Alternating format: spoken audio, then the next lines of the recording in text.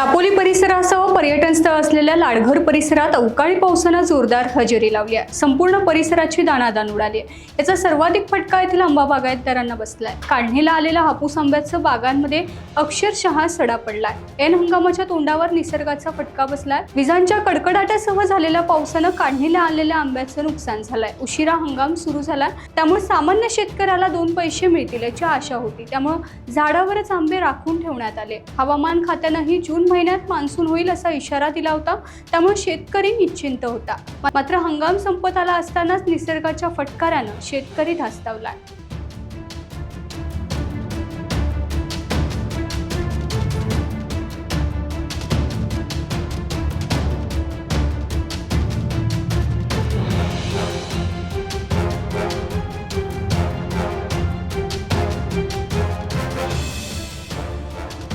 Times डिजिटलला like करा, share करा, subscribe करा आणि बेल आयकॉन दाबायला विसरू नका।